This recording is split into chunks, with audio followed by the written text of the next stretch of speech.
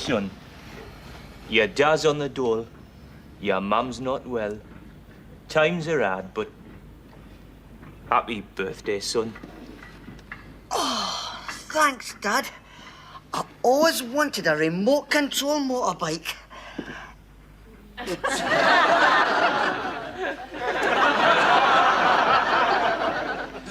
Thanks, Dad. Space, the unconquered frontier, object of man's everlasting curiosity. Now you too can study the stars and planets firsthand, thanks to this government's housing policy. Hello, coming up later on Naked Video. Drug smuggling, and the sad story of the Heathrow sniffer dog who had to be surgically removed from Keith Richards' suitcase.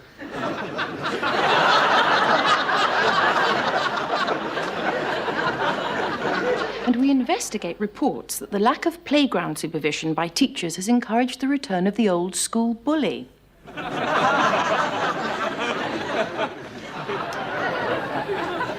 On her trip to Borneo, did Her Majesty know how close she came to becoming the Sunday lunch?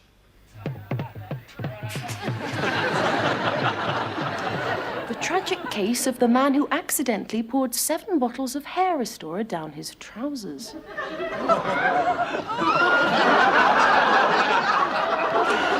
And we have an exclusive interview with the Reverend Ian Paisley's elocution teacher. And in our Hospital Watch feature, we go behind the scenes of a National Health Service hospital kitchen.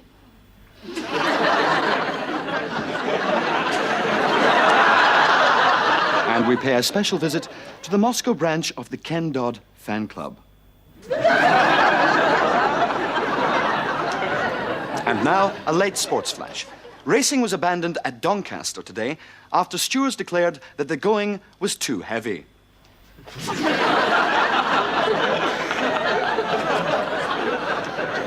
We'll be looking at all this and more. But first...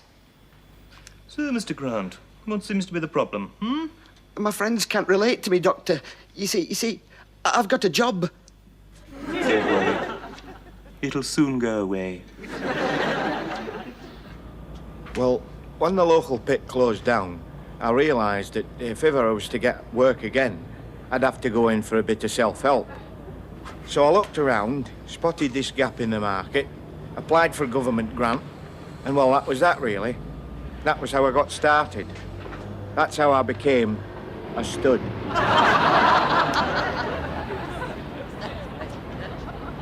Morning.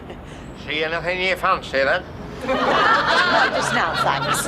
You are one hot bitch, lady. Later, perhaps. I'll look forward to it.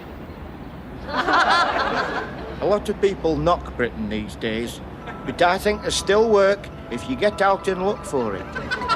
Men, are you fed up with the daily boring grind? I will serve your wife's sexual needs in the comfort of your own home. Rent a ride. Satisfaction guaranteed or money back. It's a hard life. I think it's disgusting the way the remains of British industry are being sold off to the Americans. I say that they're entitled to a decent burial here at home. So that's it, Frank. I'm ruined. Look, don't give up hope. Why not ask God to help? God? Me? Yes, why not? Don't forget, not that long ago, I faced financial ruin, and my marriage was on the rocks. And that's when I turned to God. I prayed to him, and he answered those prayers. But you're a bankrupt divorcee. I know. He told me to get stuffed. But, Dad... Don't you judge me. You are no son of mine. I don't know how you've got the cheek to come here to my local and embarrass me in front of mates. Damn it, lad. Why did you turn traitor? Why didn't you go on strike with rest of mines? Because I'm a chartered accountant. Oh. Socialist worker, help defeat the Tories. Socialist worker, socialist worker, socialist worker. Socialist playboy, socialist playboy. Right, here we go.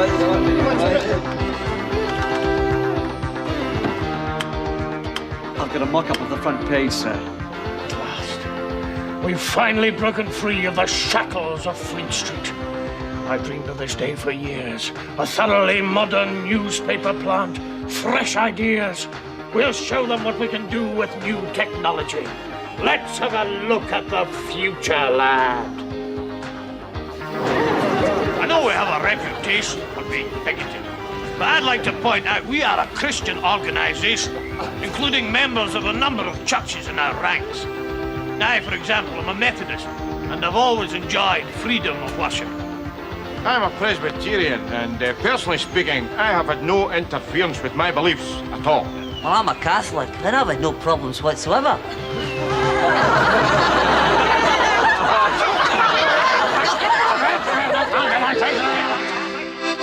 There was a big call and pipe, and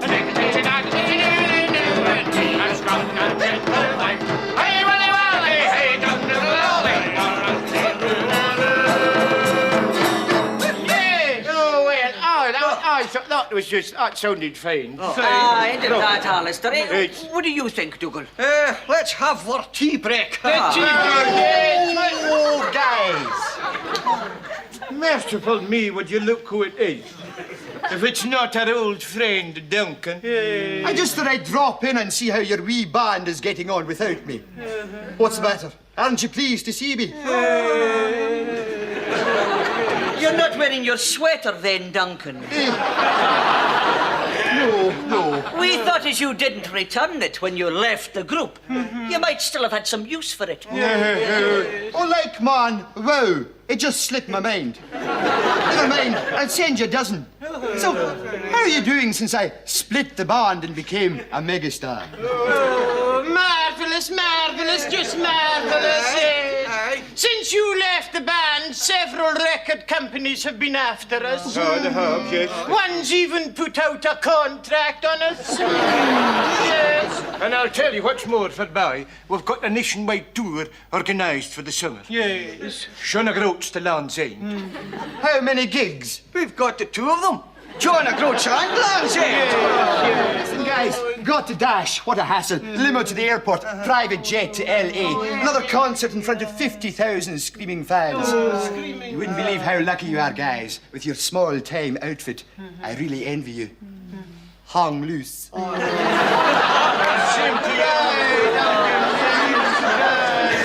Oh, it's terrible sad what's happened to Duncan. His career's been ruined since he came out of the water closet. Hence, feathers, it's nothing short of disgusting. The way he told the whole world that he's a homosexual. Just to get on. It's a damn disgrace, that's what it is. It is. Especially since he's the only one of us who isn't. Step gaily on we go.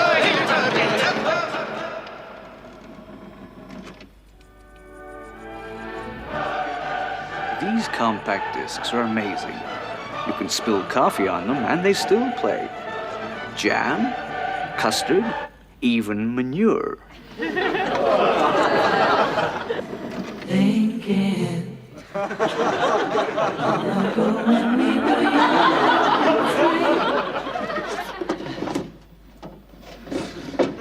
Hello, me, Shadwell. I thought I'd do a poem about school this week because, well, it is the fancy dress party. I went as a schoolboy. It's the only costume I got, really. Gary Price went as a smell. He come up to me, he said, "Oh, Shadwell, look at me, I'm a smell." Then he stuck his fingers up my nose. I don't really like him very much. He goes around saying things like he's mentally handicapped because he has to sit next to me. And he does things like telephone people up and congratulate them for being in front of him in the telephone directory. He's the one who's tough, if you ask me. And then he taught me one of his knock-knock jokes this week. It goes like this. Knock, knock. Who's there? I am. You can tell it's one of his, can't you? Oh, well, we had a visit from the blind school dentist this week. He feels our teeth in the morning and tunes the pianos in the afternoon. He does haircuts as well, if you ask him. Before he come in, the headmaster had a few words with us. He said, all right, boys and girls, Dentist Bowen are coming in today, and they know what the drill is. No shouting, and keep all those sweeties away where he can't hear them.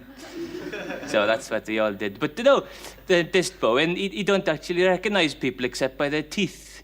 He'll come up to you in the street and he'll say, hello, Shadwell. And all you can say back is, people find him a bit difficult to talk to, really. And because of all these economic cutbacks, they couldn't give him a guide dog to start with. Guide rabbit he had to have. But the council got fed up with digging him out of rabbit holes all the time.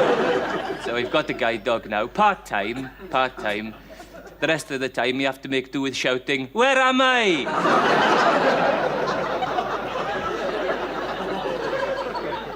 He's a nice man, a very nice man. I remember Christmas time, he does lots of lovely festive fillings. Sage and onion, stuff like that. And then he decorates his dentist's chair, and his drill plays jingle bells when he turns it on. So there's all these people in there laughing and smiling and singing and having their teeth out. Lovely it is, lovely. Oh, well, what else happened at school? English was a bit difficult. We had spelling. The teacher come at me, he said, Shadwell, how many J's in kidnapped? Well, am I supposed to know how many there are? None. I was right. It's pure guesswork, though, obviously. And he said, all right, Shadwell, all right. I want you to finish this spelling rule for me now. Here we go. I before E, except before... No, it's wrong. I before E, except after. Except after 4 o'clock? No, he said, Shadwell, your father would be turning in his grave if you'd ever had a father. And then... that sort of a school, really. And then to cap it all, the biology teacher said we're going to do dissection next week, so I've got to take my hamster in. Well, that's about it, really. I'll do the poem now. The school bell is ringing. Zzz.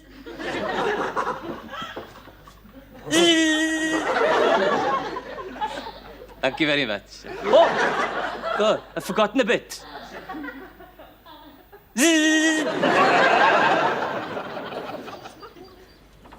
Ah, darling, you're up. Where have you been? Darling. Darling, I know. What a night. You would never believe it. I was about to leave the office when who should phone but bloody Lex Lexter. Insisted on going over our new accounts at his club. What a drag. On and... Then this bloody stupid kissogram girl turned up and wrongly picked me. I tried to explain to her, but the stupid girl only spoke Polish. Dumb blonde. Brunette. Anyway, darling, as I was driving home, I pranged the car, rushing a pregnant woman to hospital. I had to deliver her myself. It took longer than I thought. She had triplets. You could have phoned. Darling, I did try. But all the lines were blown down. Damn vandals get in everywhere. Do you seriously expect me to believe that pack of lies? Darling, I brought you these. Oh. When words seem inadequate, deny it with flowers.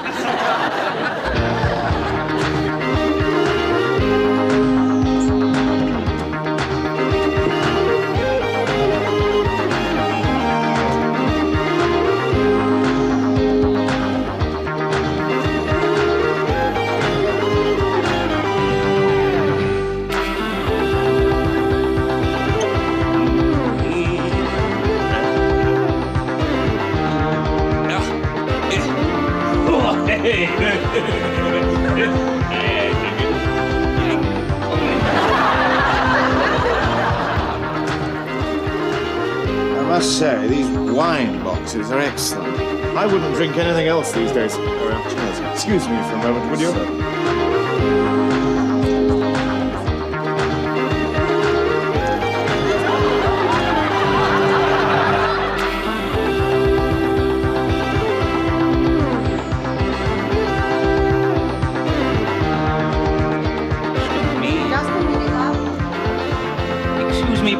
Master. Wait a minute, love.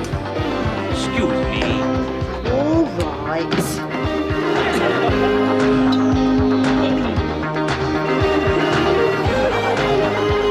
Now remember, if a stranger comes up to you and tries to offer you sweets or money or anything at all, really, you just ignore them. And if they continue to pester you, you just walk away. Have you got that? Good. Welcome to Pick and Mixon. Welcome to Woolworths, Miss Gordon.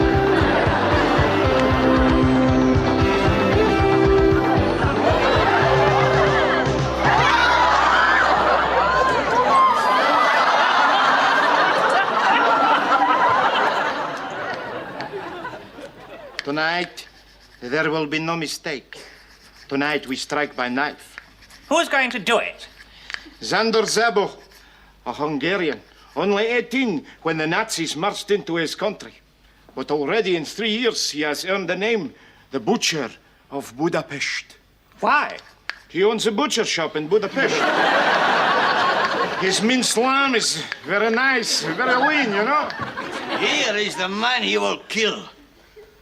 Oberst Erich Weiss, the bastard of Berlin. So called because? Because he was born in Berlin illegitimately. Pick that up! Honestly, how am I expected to keep the place tidy when you are throwing things about? Maybe you wouldn't be so untidy if you had to keep the place clean and do the washing and ironing. Have you ever tried to get gravy stains out of a sheepskin jacket? I bet you haven't. It's not easy, my friend. Please, Ivan. You must try and understand him, Major. He is the Moner of Murmansk. Thank you very much, Stavro. Thank you very much. The poof of Prague. Please. That was a very long time ago, my friend. The poof of Prague. Silence, Ferenc! The flasher of Fernibach. That was a misunderstanding. My fly buttons were shot off in a Gestapo ambush. And now I cut out your lying tongue. No, what's the blood on the floor? Come now, Ferenc. Save your fare for me. Fortune has smiled on us. Come, here is a bed. Let us make love. I say, who's she? Helga. The bicycle of Belgrade. Listen! I hear someone coming. No, it's the Germans. Hundreds of them! Dad! How did they know we were here? Who knows? Maybe there's a traitor in our midst. A traitor? Perhaps Georgi. Yes, Georgi. The big mouth when he said too much to drink of Bucharest. Yes. No, it couldn't be Gorgi. Why not? I shot him last week. For collaborating with the enemy. No, for blabbing to Ivan that I was the poof of Prague. Out with your hands up, and we will only inflict minor atrocities on you. I know that voice. It's Fritz, the donkey of Dresden. Look, chaps, I'll hold them up while you make a break for it. Right, Major. Thank you very much. Major. Thank you very much, Major. Major, where do you come from? Oh, a part of England called Tottenham. Why do you ask? You deserve a name for this. Sacrificing yourself to let us escape. What about the teat of Tottenham? Good for me.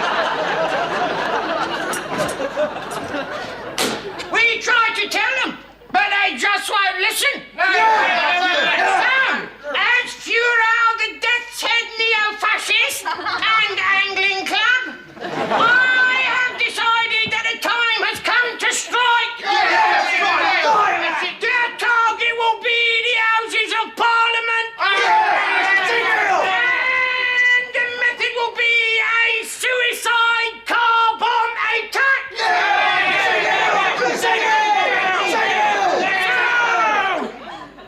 Who wants to drive the car?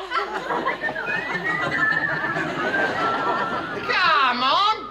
There must be someone prepared to make the ultimate sacrifice for the new order. Why don't you drive it?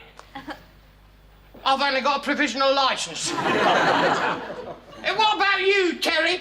No, I don't really fancy fancy it now. You realise I could order you to go? And you realise that I could tell you to forget it? All right, I'll do it. Well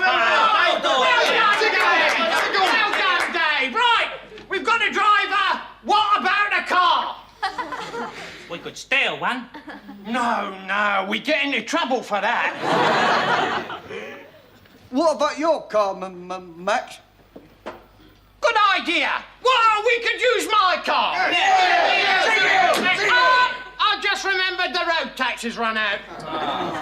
What about yours, Chris?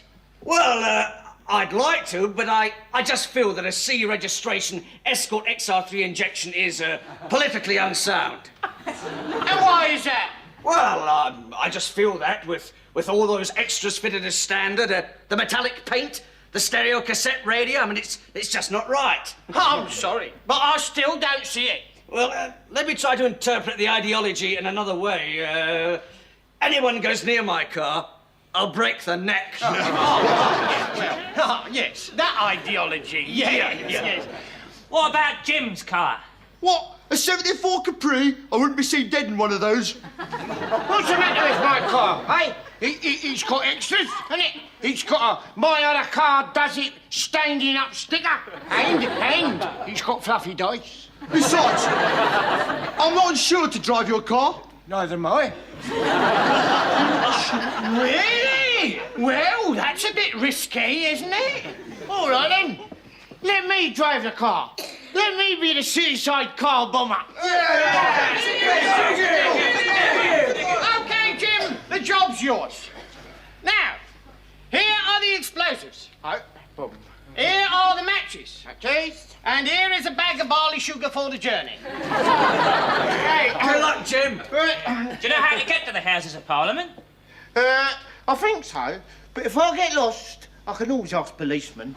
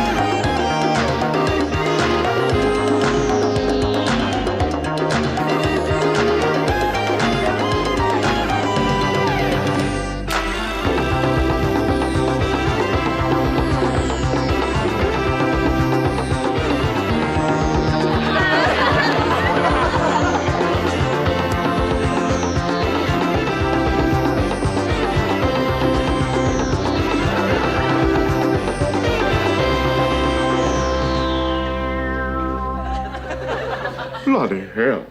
There's no toilet paper.